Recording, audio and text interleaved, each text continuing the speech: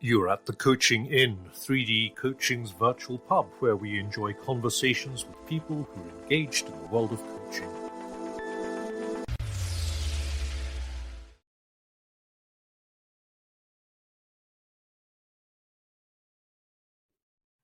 Welcome to this week's edition of the Coaching Inn. I'm Claire Pedrick, and today I'm in conversation with improviser and evidence-based coach Julie Flower. Now, I wasn't sure which way to say that, so that will make an interesting conversation in a moment.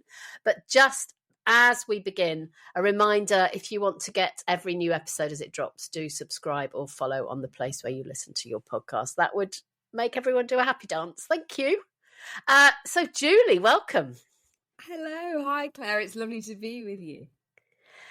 So, you're an evidence-based coach and an improviser. Tell us a bit about your journey to this moment. Oh, yes. So my original career was in leadership and management, primarily in the public services, in health management. And I decided about 12 years ago that I fancied doing some coach training because I'd benefited from coaching at work. And about the same time, I also happened to take a weekend improv course. And just for fun, and I immediately started to see the overlaps and feel the overlaps. So really, since then, I've been both training and practicing as a coach, and I now teach coaching as well. And I've been training and practicing performing as an improviser. And I now teach improv as well, both occasionally to improvisers, but primarily integrating learnings, philosophy, practical exercises from improv within a leadership and team and coaching space. I love how you've kind of learnt them at the same sort of pace. Yeah, that was just serendipity, really. But it's been wonderful because I believe, and I'm assuming you do as well, but I won't put words in your mouth, that essentially the principles of coaching almost become like a philosophy of life. Yeah. And actually, I feel that improv can be like a philosophy as well, and that there is a lot of overlap. You're putting words in my brain because I've just that's made me make a connection, which I'm very grateful for, actually, because I do see coaching as a philosophy, and I think probably I do see improv as a philosophy, but I don't think I'd made the leap. Claire now goes off on a thinking process, coming back. So I'm so curious that your life in this kind of world is really quite recent, 12 years. What did you do before that, apart from work in the public sector? So, leadership and management career. I did history at university. So I suppose I went self-employed 13 years ago. So I've been self-employed just over half of my working life, which feels like quite a milestone, really, of self-reliance, if nothing else. And originally I was stepping into a space where I thought that I would do independent management consulting, basically, and associate consulting within a kind of public service, government, charity type space. But what was interesting, what very quickly edged me towards then incorporating coaching, was that I felt that consultancy lacked a lot in many ways, but I hated the idea that you just handed people a big PowerPoint pack and then went off without really supporting them and empowering them and motivating them to make change and invent change. And I feel that's where coaching can add kind of gold dust to consulting, as well as obviously being a hugely important intervention in its own right. Yeah. So you do evidence-based coaching. Tell us a bit more about what you mean by that, Julie. Well, I trained, one of my coach trainings was at Henley Business School, which very much has the philosophy around being eclectic and being evidence-based. So essentially seeking to build particularly aspects of psychology and psychological research into our practice, but very much as integrated, non-directive, person focused coaches. So that's really where I'm coming from. And I think for me, that means that when I incorporate aspects of improvisation within coaching, I also have a mind to whether there is any evidence and what that might be to help us. Because I think coaching sometimes gets a bad reputation because anyone can call themselves a coach, as we know. It is unregulated, although increasingly there is more accreditation, and the professional bodies are doing great work in that space. But it can get a bad reputation and can seem superficial and can seem like people are wanting to exploit others. So I'm very clear that I'm interested in science. I'm interested in where it's come from. So that's my basis. I did history at university, so that makes me interested in evidence as well. So what's the most interesting thing that you found with evidence this year? I'm curious. Oh, with evidence this year, with respect to improvisation or well, either, because I'm interested in both sides. Yeah, so I haven't had a big insight from an evidence base with respect to improvisation this year, although I've got some I can share. I'm just thinking more widely with respect to evidence. You caught me on the hop here, Claire. It's quite early in the morning. Let me think. What have I recently learned that would be useful? Just give me a moment. Because I quite like interdisciplinary work. And so even listening to podcasts like All in the Mind from Radio 4 or things like that, where I think, oh, yes, well, that's what it could mean for coaching, or that's what it could mean for how we work together, which is the fascinating thing, really. I suppose, actually, this isn't new evidence, but I was reminded of it. I was reading an obituary of Daniel Kahneman the other day, and of course, such a huge thinker, including with his very famous book, Thinking Fast and Slow. And I suppose it just reminded me of the journey that psychology has gone on in, moving into many aspects of our lives, including behavioral economics, and just always reminding ourselves that we are not really in control of our minds, and that these things show up, these cognitive biases, show up wherever we are in whatever situation. And I think sometimes just reminding ourselves of that can be hugely helpful in terms of not responding too quickly and challenging ourselves, but also just maybe in putting ourselves a bit of slack as well as humans. Yeah, because perfection doesn't exist. And it would be very boring if it did, or if we were all the same, right? Yeah. Yeah, I said to someone the other day, for me, really growing as a coach and becoming an artful coach is making the distance between your worst work and your best work a bit smaller than it used to be. I love that. Because that's, So it's interesting what you said about All in the Mind, because that's how I learn. I learn by bouncing. So I'll be reading or listening to something, and then I'll bounce it back into the coaching space, which I find really interesting. But I am really curious now. Julie, tell us about the evidence base for improv. Yeah, sure. Well, I think it goes into the bucket emerging. So there's very little evidence base in terms of research around improvisation in coaching per se, but there have been studies within psychology fields, within therapy space, and also more widely within leadership and management. So it's still quite early. Most of them are over the past 10 years or so. But some of the interesting things that have been found, particularly within teams and within a leadership space, there are benefits of doing. So we're talking here, for instance, around people engaging in improvisation exercises. So exercises that are drawn from improvised theatre and comedy that are typically used within groups to help them develop their skills to perform. Okay.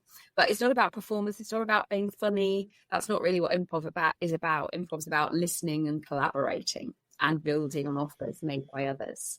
So what's interesting is when some of these studies expose people to those exercises, they saw benefits in terms of flexibility of thinking, in terms of positive affect, so actually emotional benefits there, in terms of collaboration, creative thinking, those sorts of areas. So beneficial potentially for how teams work together and beneficial for how humans interact, both personally and within organizations. And then there has been some work within therapy, as I say, and there was a very good study from Israel where a number of clinical social workers went through, I think it was an 8-week course of improvisation exercises, so quite long in terms of the intervention. Often these things are like an hour or 2 hours.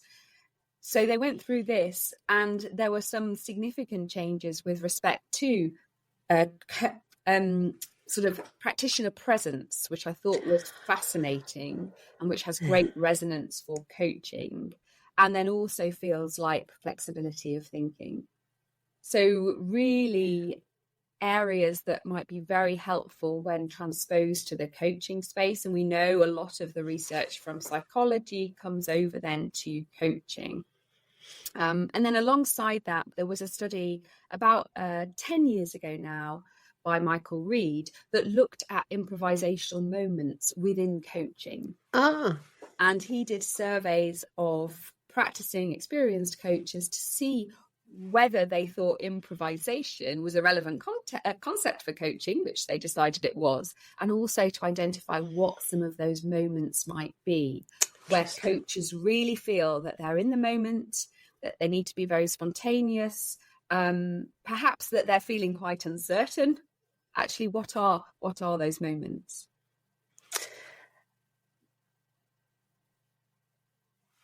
Yeah, because I always think about it in relation to developing the inner thing of the person. So we had our most recent on-site day on Friday, and we had 12 coaches. And the thing for me, immersing people in improv for a whole day, is it's terrifying. That's a good thing, because courage is an important thing. But what I notice as the day goes through is that the purpose of that, and it's interesting that it's over a whole day, so people come back to the same exercises, or we do other ones.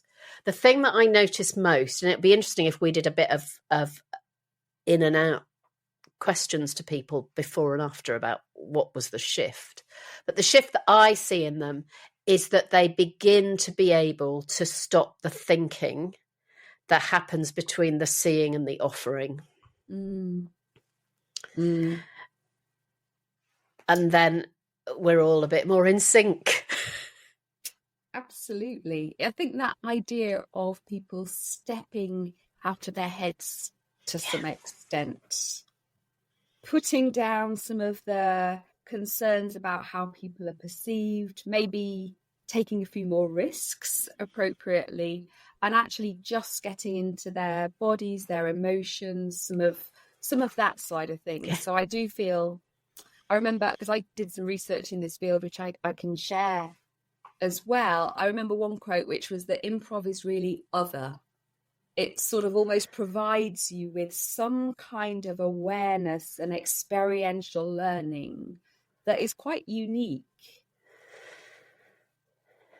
Because it's so not in your head. There's nothing in improv that's in your head, is there? Except when it is, and you have to try and get it out. Yeah. You and I spoke a few months ago, didn't we? And you kindly sent me a whole load of links about me doing some improv for fun. And I suddenly was contacted by somebody who said, there's an improv for fun course online. Yay! So I'm doing, yay. So I'm doing an 8-week course at the moment. Today's week 3, I think. Great. And that's interesting because everybody's come for different reasons. They aren't coaches necessarily, although I think 1 or 2 of them probably are. But really noticing what shifts when you get outside of what's comfortable or what you think is in control is such an interesting thing, isn't it? Definitely. And sometimes it can be a huge release. So when I did some research with experienced coaches as part of my MSc, one of the key findings was that there was this sense of emotional release from constraints. And for some people, that was actually really exciting, like a release from maybe some of the professional baggage that they got, for want of a better term, that they felt they could be more of themselves in the coaching space and less constrained. For some, there was almost a reaction that it was quite a negative reaction, not to the exercises, but actually to almost the fact that they had been constrained, that maybe they haven't in the past been as playful or as open as they felt they could be and should be. And I thought that was fascinating. Yeah, stepping in when you don't know what to say, but you know it's the right moment to step in is a really artful thing, isn't it? One of the people that we had last week, one of the things that they said was that as an introvert, they'd expected not to show up. Yeah. But they showed up much more than they expected in the most beautiful and wonderful way. And there was something really releasing, I think, about it, which was lovely. I think that's great. And when I work with people around these areas, one of the assumptions people make is that, oh, if I'm more extroverted, then I'll be better at this one. Better means. If I'm maybe more introverted, I'm going to be drowned out, or I'm not going to be into it. Whereas actually, given that improvisation is about genuinely listening, there's something about the power of silence. There's something about the power of taking time. And there's something about the power of not feeling you have to fill the space with words. Yeah. Which again is so powerful for coaching. We did a game in my leisure class the other day about where we all had to speak in gibberish. Yes, I love that game. And you had to respond with your body, and you didn't understand at all what was going on. And it was probably the best game that we played in that session, because everybody let go of the need to know. So we're hiring that improv teacher because he's so good online. We're hiring him to run a presence course for us online because he uses Zoom as a tool. So everyone else I talked to about improv online is kind of doing improv and doing it online, which is great.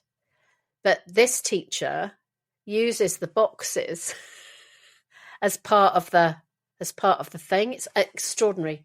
So we're having a conversation tomorrow about pinning it down. And it will be 6 hours, because there's something for me about doing it, feeling uncomfortable, getting a little bit less uncomfortable, and then getting uncomfortable again and getting less uncomfortable in a kind of iterative way, where the 1 or 2 hours are hugely valuable, aren't they? But the real immersion is exhausting and different, I think, probably. Yeah, I think you're absolutely right. And it speaks to that kind of almost emotional roller coaster that people do go through in, almost by activity. There might be this, for some people, anxiety, and then joy or fear or exasperation, and then back again, and just experiencing that. And I think I was drawn to this the other day because I was running a workshop with coaches, and just the idea of difference in terms of how we experience and learn.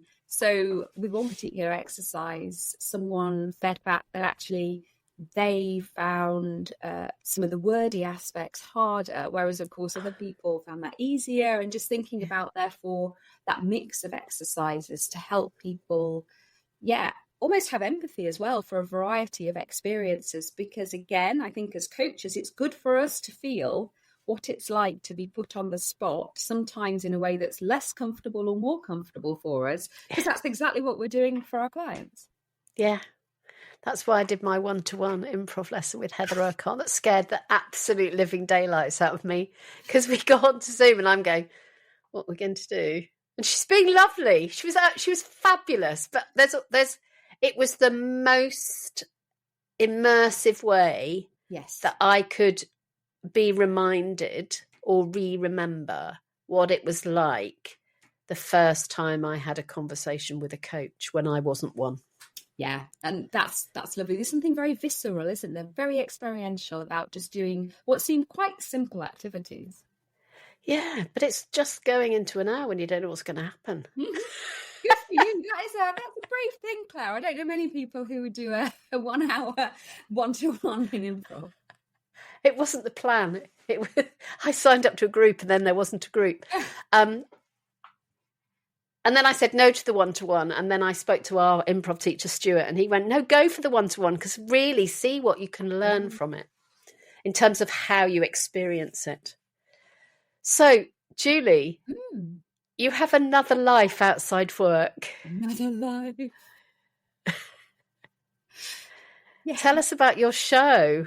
Yes, so this is a kind of a build, if you like. Is it a build? So I do perform improv in my spare time, and I've taken things to Edinburgh as part of ensemble groups in the past sort of 3 or 4 years. So last year we took our robot and improv show, and we were on at the Gilded Balloon, and that went well. And I got kind of thinking about, I've had an itch for a while around maybe doing some writing, and I've had an itch for a while to explore a story, which is the story of my grandma, who ran a secondhand clothes shop in the centre of Sheffield for 35 years, from the early 60s onwards.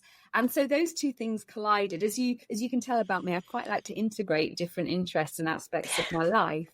So I started thinking about this time last year, a bit earlier, around how I might write and produce a solo scripted show about my grandma. So quite a few things when you hear the idea of performing solo, so feeling a bit of what you felt going into that one-to-one, and also writing a script.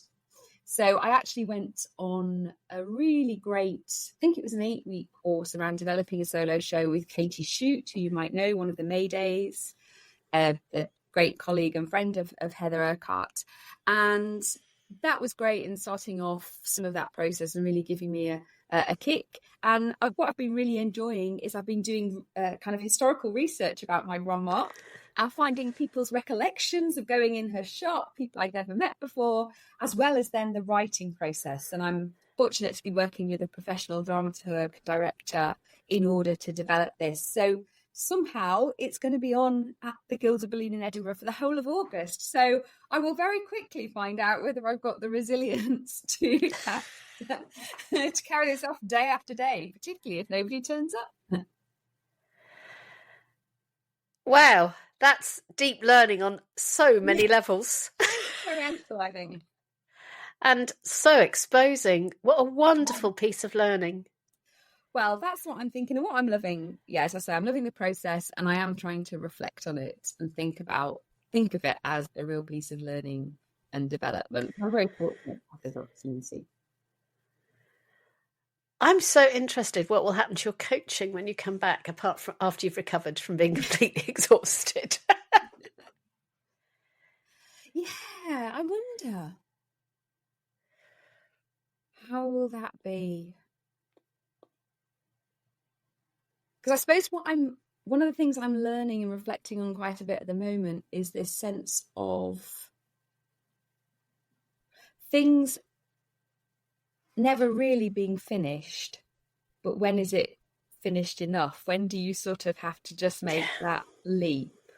And I think that has quite an interesting analogy with coaching, and maybe with many of the situations our clients find themselves in, particularly if, they have a tendency towards wanting things to be perfect. Or I often work with clients who are in really complex, kind of messy systems, dealing with really wicked problems, kind of complex public service systems. So almost that sense that you have to accept that something is good enough and go with it and make the best of that and celebrate and learn from that, even though you can't control all this other stuff.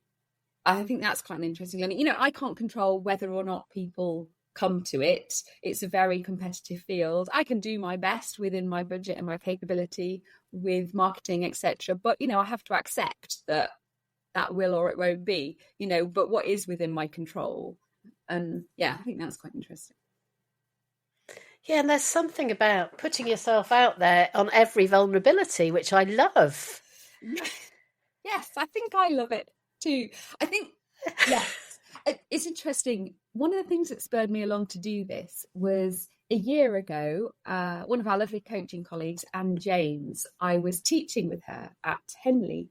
And she said, "Oh, Julie, I really want to sort of liven up the exercise around listening. Would you tell the group a story? Could you just tell them, a 5-minute story?" So I said, "Oh, okay." So I just briefly told a story about the fact I was thinking of developing this show and told them a bit about my grandma.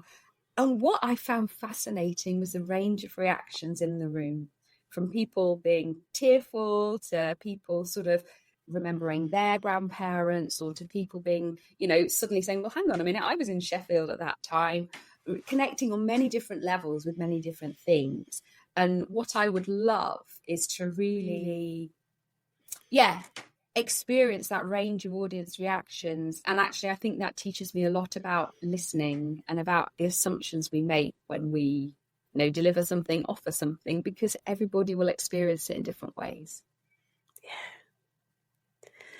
Yeah. So I saw on LinkedIn that you're doing some pre-shows. Just tell us where they are. Oh, yes, thank you. So we've got Brighton Fringe on the 2nd of June at the Toy and Model Museum. We've got Tunbridge Wells Fringe in it's called Green Duck, like a lovely sort of studio bar. That's on the 4th of July. That's an evening one. That's actually my grandma's birthday. And then, I know, and then 7th of July in the afternoon, that's a Sunday, that's at the Tabard Theatre in Chiswick in London. Nice. So if you're in the UK and any of those places, go along. Please come along. It'd be great to see you. And support Julie. And if you're in Edinburgh in August. Yes, please do. Gilded Balloon, 12:20. So a very civilised time in the day. Great. And the show's called? Grandma's Shop. Grandma's Shop. Mm-hmm. Oh, sounds so wonderful. Thank you. I used to have her every Saturday. Did you? Yes. And is she still alive? No, sadly not. Yeah. Yeah, what an amazing way of being connected to your ancestors and your inner history. So there's something systemic, isn't there? There is. And again, I think the process of discovery has been around, really making those connections with her and actually realising how much of myself is because of her influence. Yeah. I found a picture of my great-grandma in a box that I was sorting through the other day, and she's got these glasses. If you put me and her next to each other, you go, whoa. There's no doubt. Yeah. But it's also interesting that what goes, style and trend and fashion and things change, don't they? But it was a very beautiful thing. There's something, isn't there, about being able to reconnect with our story. Yes. That makes us, I think, stronger in terms of being human people. Without doubt. So, Julie, if people want to get in touch with you, I'll put details of the show in the show notes. And if they want to talk to you about improv or about coaching or about research, how do they get in touch with you? The best way, Claire, is via LinkedIn. So Julie Flower on LinkedIn, and I don't think there are many Julie Flowers, but they'll work out which one it is. I'll pop that in the show notes as well. Thank you. So thank you so much. So many insights for me to go away and think about, and I'm sure also for our listeners. Thank you, Claire. So, it's been lovely to talk to you. So thank you for coming to the Coaching In, and everyone else, thank you for listening. Remember to subscribe or follow if you want to get a new episode as they drop. We'll be back next week. Have a good one. Thank you all. Bye-bye. If you've enjoyed what you've heard today, we'd love you to share the podcast with a friend or leave a comment on social media. And if you'd like to become a regular at the Coaching In, you can subscribe on Podbean and all major podcast channels. We look forward to welcoming you next time. You've been listening to The Coaching In, 3D Coaching's virtual pub. For more information, check out 3dcoaching.com.